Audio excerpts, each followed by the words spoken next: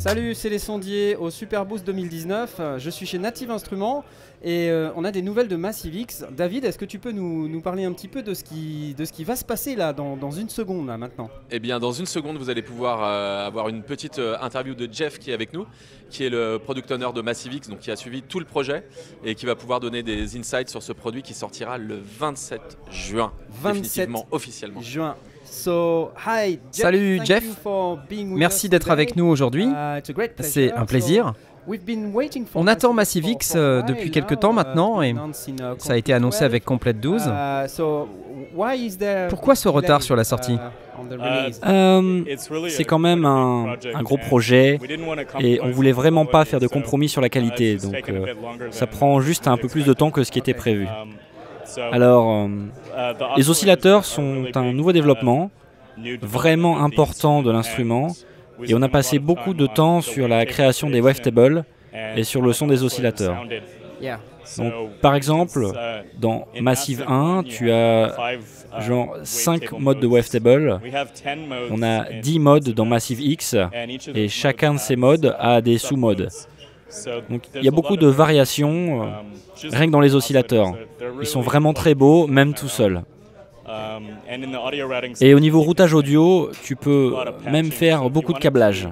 Donc, si tu en avais envie, tu pourrais avoir tes oscillateurs qui vont directement vers la sortie et tu peux faire des drones et moduler les différents paramètres Saturn. Tu peux vraiment créer des sons super beaux rien qu'avec les oscillateurs. Donc en fait, ça va beaucoup plus loin que ce que faisait Massive 1 standard, si je comprends bien. Il y a même un genre d'environnement modulaire. Est-ce que c'est basé sur des développements Reactor ou Non, c'est un instrument en C++. Donc il ne tourne pas sous Reactor, c'est un plugin VST et Audio Unit. Mais oui, la partie routage est vraiment plus flexible que dans Massive. Avec le Performer, on a de nouveaux presets.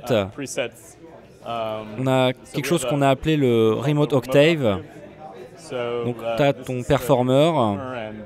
Et ce patch n'a pas beaucoup de presets avec Remote Octave, mais ça te permet d'avoir jusqu'à 12 différents snapshots de tes 3 performers. Et tu peux carrément les déclencher depuis ton clavier. Donc jouer ces différentes modulations et ça te donne énormément de variations au niveau du son, c'est vraiment sympa. Juste pour être clair, on ne va pas être en mesure de l'écouter aujourd'hui, c'est ça? Non, on attend un peu pour l'audio, vu qu'on est encore en train de travailler sur des trucs en interne à partager avec le public. Mais au fur et à mesure qu'on va se rapprocher de la date de sortie, on aura plus d'audio à vous montrer. Ouais, je comprends.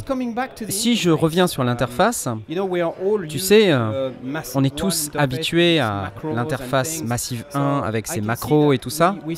Je peux voir qu'on a toujours ces boutons entourés de couleurs, comme du rouge et du vert qu'on voit là sur l'écran. Est-ce qu'on a ce même genre de fonctionnalité dans Massive X? Ouais, donc on a gardé, on va dire, la célèbre modulation en anneau de Saturn. Donc on a bougé la barre du milieu qui sert principalement à sélectionner tes différents modulateurs. Donc tu as 9 modulateurs. Le premier est toujours l'enveloppe pour ton amplitude. Les 8 autres peuvent être d'autres types d'enveloppes ou des LFO. Et les LFO sont en vert, les enveloppes sont en bleu comme dans Massive. Et les performers sont en jaune. Et les macros, on les a déplacés en haut. Elles sont en rouge. Dans le patch, donc tu as 16 macros plus le pitch bend, la roue de modulation et l'aftertouch que tu peux assigner. Et donc ouais, on a quelque chose de similaire et on a des nouveaux trackers aussi. Donc c'est quelque chose de similaire à visuellement, tu vois ce qui se passe niveau modulation grâce aux anneaux de Saturn. Donc la date, c'est le 27 juin. Oui. Ça va être génial. On est super excités. Merci Jeff pour cette interview. Au revoir. Merci.